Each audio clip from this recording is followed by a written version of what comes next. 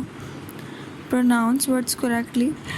اور formal languages میں words کو بہت اچھے سے پروناؤنس کیا جاتا ہے.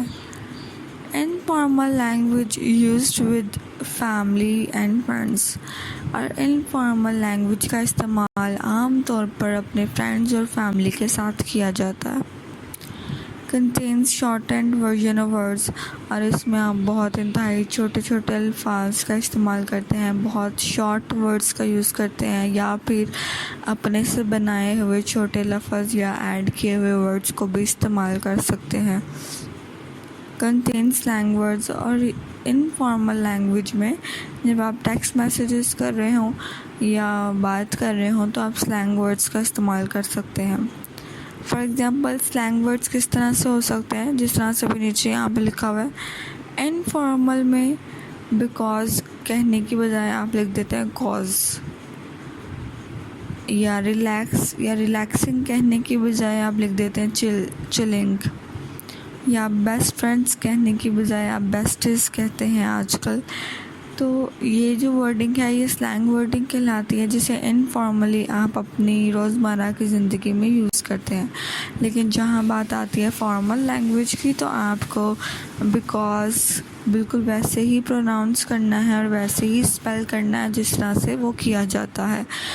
ریلیکس، ریلیکسنگ اور بیسٹ فرینڈس کو بھی ویسے ہی پروناؤنس کرنا ہے جیسے کیا جاتا ہے. تو اس میں سلینگ ورڈنگ یوز نہیں ہوگی.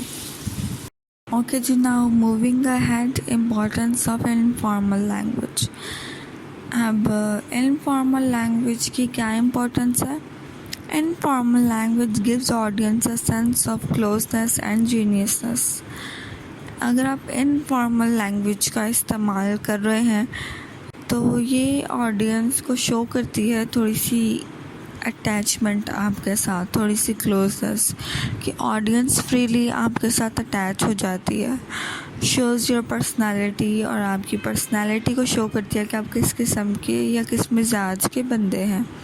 Max other feel comfortable and saves time, اور انفارمل لینگویج دوسروں کو کمفرٹیبل فیل کراتی ہے کہ وہ بھی آرام سے گفتگو کر سکتے ہیں، اور ساتھ ہی ساتھ انفارمل لینگویج وقت بھی بچاتی ہے کہ آپ کو بہت زیادہ پرتکلف باتیں نہیں کرنی پڑتی. سمپل سیدھی سادی عام ورڈنگ کو میں آپ جو ہے وہ گفتگو کر لیتے ہیں. امپورٹنس آف فارمل لینگویج، اور فارمل لینگویج کی کیا امپورٹنس ہے؟ Shows you are professional in verbal and written responses. اگر آپ فارمل لینگویج یوز کر رہے ہیں تو یہ ثابت کرتا ہے یا شو کرتا ہے کہ پروفیشنلی آپ ایک اچھے بندے ہیں، پروفیشنل ہیں. آپ کا جو ریٹن رسپانس ہے یا جو بولنے کا انداز ہے وہ واقعی فارمل ہے، تو یہ آپ کی پروفیشنلزم کو شو کرتا ہے. سپورٹس دا سیریسنیس اور امپورٹنس آف دا سچویشن. اور اگر آپ فارمل ورڈنگ یوز کر رہے ہیں تو یہ ثابت کرتا ہے یا شو کرتا ہے کہ آپ اس سچویشن کو یا معاملے کی سیریسنیس کو یا سنجیدگی سے واقف ہیں. Meets requirements in academic and work settings.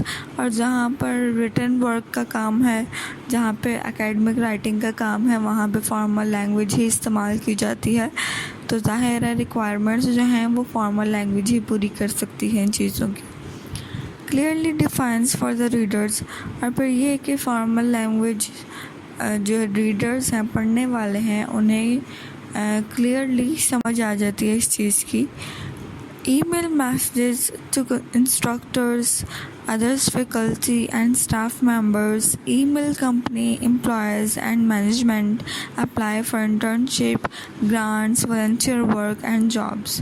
اور فارمل ورڈنگ کا یا لینگویج کا استعمال آپ ای میل میسیجز میں کر رہے ہیں جب آپ نے انسٹرکٹر کو میسیجز کرنے ہیں، فیکلٹی ادر وزٹر اسٹاف کو میسیج کرنے ہیں، اسٹاف ممبر سے گفتگو کرنی ہے، کمپنی کو ای میل کرنی ہے، امپلائیز کے ساتھ بات کرنی ہے، مینجمنٹ کے ساتھ بات کرنی ہے، یا ادر کوئی بھی والنٹیئر ورک ہے، رضاکارانہ ورک ہے، یا کوئی بھی جابس ہیں.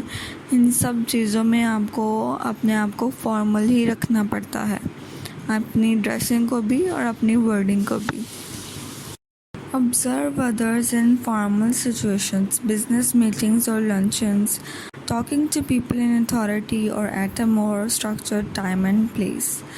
اور پھر فارمل سچویشنز میں مطلب کوئی بزنس میٹنگ ہے یا بزنس کوئی لنچ میٹنگ ہے، تو جب آپ لوگوں سے یا کسی اتھارٹی سے، کسی اپنے سے بڑے کسی بزنس مین سے یا اتھارٹی سے بات کرتے ہیں تو ظاہر ہے آپ لوگ ایک دوسرے کو آبزرو کرتے ہیں، جگہ کو، ٹائم کو دیکھتے ہیں، سیریسنس کو دیکھتے ہیں، سچویشنز کو دیکھتے ہوئے اپنے آپ کے پروفیشنل کو اور زیادہ اچھا کرتے ہوئے آپ فارمل لینگویجز کا استعمال کرتے ہیں.